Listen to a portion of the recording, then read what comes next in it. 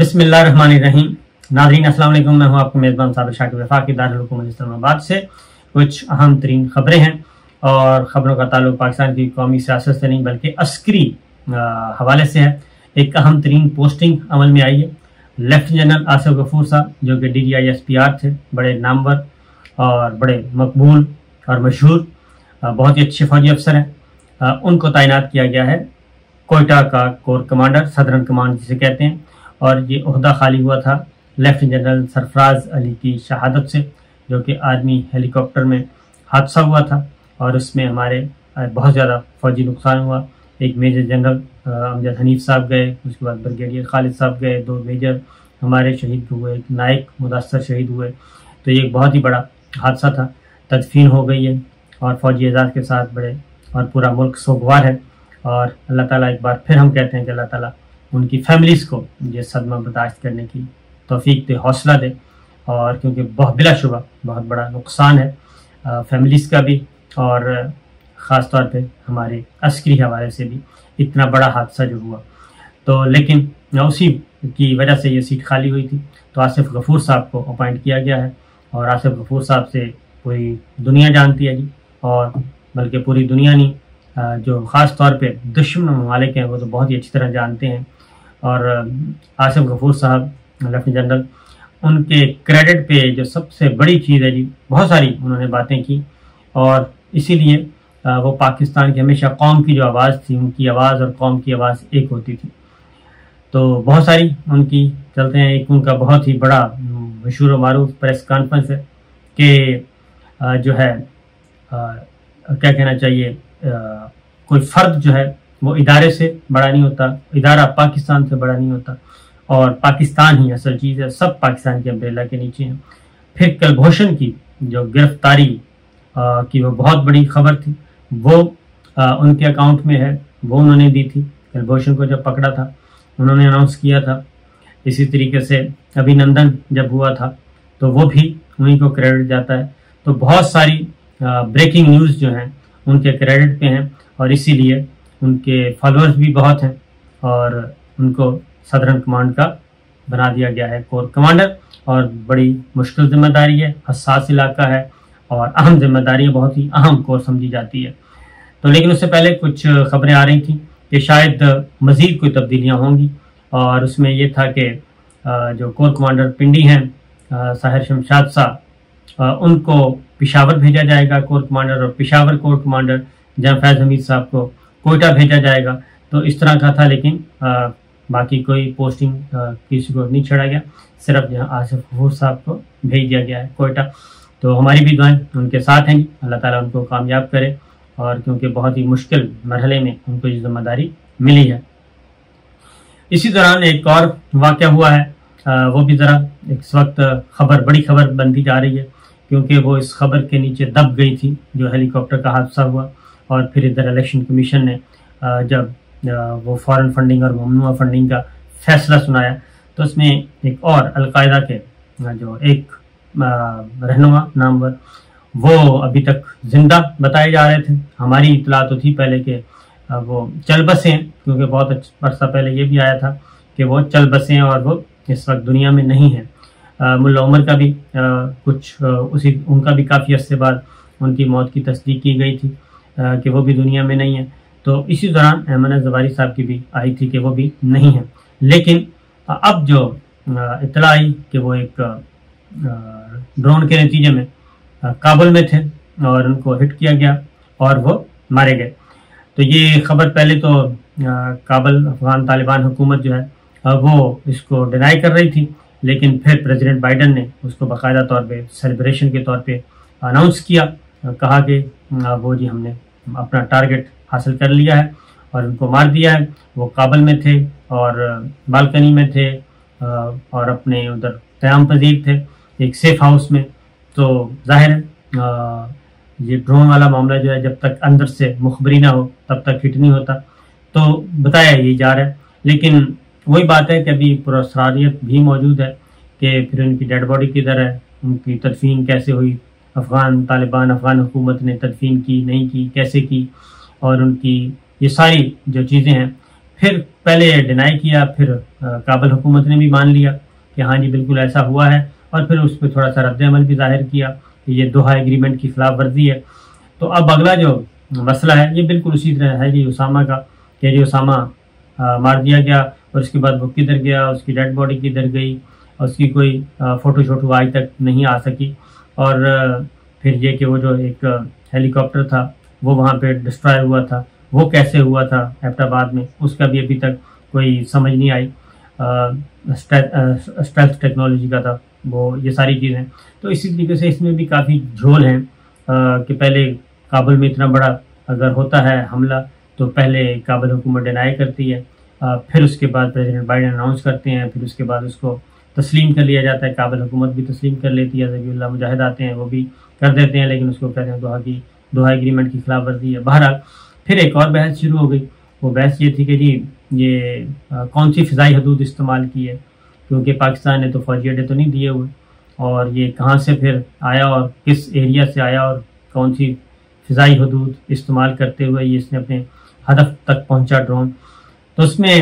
پاکستان کی طرف سے کیا جا رہا تھا، تو پاکستان کے جو خبر ابھی تک آفیشلی وزارت دفاع نے بھی اس بارے میں کوئی بات نہیں کی، آفیشیل اسٹیٹمنٹ پالیسی اسٹیٹمنٹ ہے کہ یہ سب کچھ کیسے ہوا، اس میں پاکستان کا رول ہے نہیں ہے۔ لیکن نجم سیٹھی صاحب نے بہت ہی بڑی ایک بریکنگ نیوز دے دی، انہوں نے سارا ملبہ ہی پھینک دیا ہماری ملٹری لیڈرشپ پہ۔ انہوں نے کہا جی کہ وہ جو ٹیلی فون آیا تھا وینڈی کا اور یا کیا تھا، جس میں کہا جا رہا تھا کہ آئی ایم ایف کے معاملات کریں، اپنا اثر و رسوخ استعمال کریں، اور پھر اس کے بعد سینٹ کام کے چیف کا فون آیا، یعنی کہ فوجی قیادت کا، جہاں صاحب کو، باجوہ صاحب کو، تو وہ کہتے ہیں کہ وہ اسی سلسلے کی انہی دنوں میں اور اسی سلسلے میں تھا کہ انہوں نے بتایا ہوگا کہ جی نجم سیٹھی صاحب نے تو یہ بھی دعویٰ کیا ہے کہ یہ جوائنٹ ہے جی، کہ پاکستان نے کوئی کیا ہے، کوآپریٹ کیا ہے پاکستانی اتھارٹیز نے،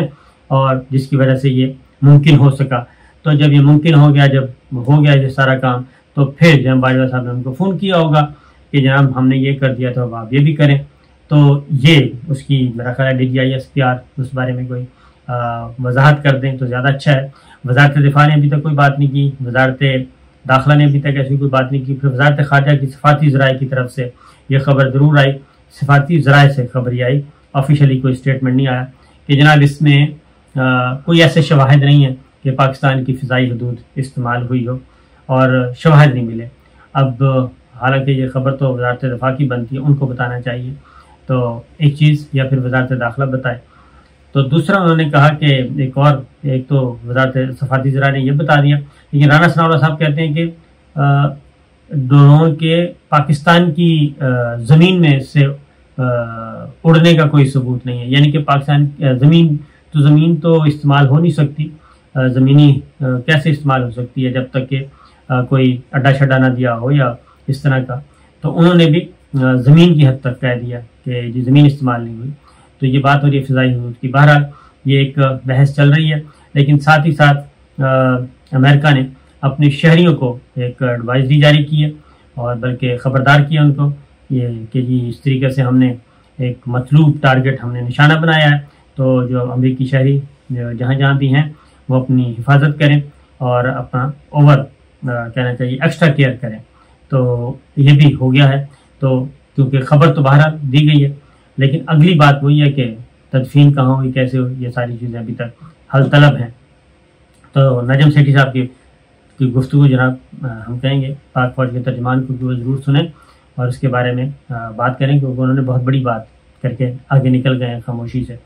تو یہ ایک معاملہ ہے، اور اسی طریقے سے سوشل میڈیا پہ بہت ساری خبریں پھر رہی ہیں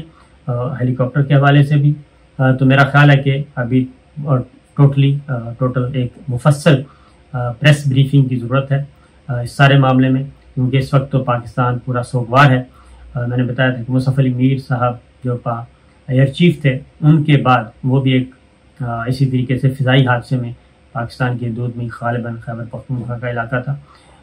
ان کو حادثہ پیش آیا تھا۔ تو اس کے بعد یہ دوسرا بڑا حادثہ ہے جس میں اتنا زیادہ جانی نقصان ہوا ہو۔ تو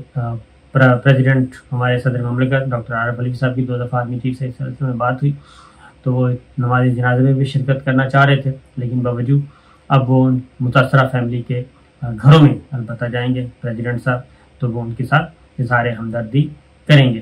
تو یہ ساری چیزیں چل رہی ہیں جی، اور ساتھ ساتھ کچھ ایک آدھ خبر میں آپ کو پولیٹکس کے حوالے سے بھی دے دوں کہ کافی حالات گرما گرم ہیں، اور پاکستان تحریک انصاف اور عمران خان صاحب کو کیسے قابو کرنا ہے، اس جن کو بوتل میں کیسے بند کرنا، بلکہ اس جن کو مارنا کیسے ہے، پولیٹکس سے آؤٹ کرنا ہے، اس پہ سارے سر جوڑ کر بیٹھے ہیں، جبکہ دوسری جانب ہماری حالات جو ہیں سیکورٹی کے وہ انتہائی مخدوش ہیں، اور یہ جو حادثہ ہوا ہے یہ از خود ایک اسی طرف اشارہ کرتا ہے کہ ہمیں اپنے جو ہیں اپنے سیکورٹی انٹرنل ایکسٹرنل اس پہ زیادہ توجہ دینے کی ضرورت ہے۔ کافی عرصے کے بعد ایک اچھی خبر آئی ہے جی، اور وہ یہ ہے کہ ڈالر جو ہے وہ کمزور ہو رہا ہے، اور ایک ہی دن میں 12-13 روپے ڈاؤن ہوا، اور 225 روپے جو ہے اوپن مارکیٹ میں، اور 226-27 روپے انٹر بینک میں ٹریڈ ہوا۔ اسٹاک ایکسچینج تھوڑی سی بہتر ہوئی ہے، پچھلے 2-3 دن سے اسٹاک ایکسچینج بہتر ہوئی ہے، اور یہ ساری چیزیں اس لیے آ رہی ہیں کہ ایک اچھی خبر آ رہی ہے کہ وہ نجم سیٹھی صاحب نے اس طرح بھی اشارہ کیا کہ اب ذرا تھوڑی سی ڈالر کی بھی ریل پیل ہو جائے گی، کیونکہ یہ ہو چکا ہے۔ تو اب IMF سے معاملات وہ کہتے ہیں کہ کیونکہ سوشل میڈیا پہ یہ ساتھ ساتھ چل رہا ہے چیزیں، ادھر سے ایمن جو ہیں وہ فارغ ہوئے، ادھر سے ڈالر جو ہے وہ IMF سے اچھی خبر آ گئی، پھر ڈالر جو ہے وہ نیچے آنا شروع ہو گیا۔ تو سارے لوگ جو ہیں اس وقت اس کو انٹر لنک کر رہے ہیں، ساری چیزوں کو، ساری خبروں کو آپس میں انٹر لنک کر رہے ہیں کہ یہ ہوا ہے، یہ واقعہ ہوا، پھر یہ واقعہ ہوا، پھر یہ ہوا، اور اس طریقے سے ڈالر جو ہے وہ نیچے آ گیا ہے۔ تو بہرحال ہم تو یہ کہیں گے کہ اکانومی مضبوط ہونی چاہیے کسی بھی طریقے سے ہو، ڈالر جو ہے وہ ڈالر اور روپے میں جو ایک توازن ہے قیمت میں وہ ہونا چاہیے۔ اس کی وجہ یہ ہے کہ 225 روپے بھی ہے، تو ابھی بھی جو عمران خان صاحب چھوڑ کے گئے تھے 178 روپے 172-176 پہ چھوڑ کے گئے تھے، اس اعتبار سے دیکھا جائے تو ابھی بھی 50 روپے بڑھا ہے 3-3.5 مہینوں میں۔ تو یہ کوئی معمولی اضافہ نہیں ہے، غیر معمولی اضافہ ہے کہ 3 مہینوں میں 50 روپے ڈالر جو ہے بڑھ جانا اور روپے کی قدر گر جانا۔ تو یہ تھی اب تک کی اطلاعات، اجازت دیجیے، اللہ حافظ۔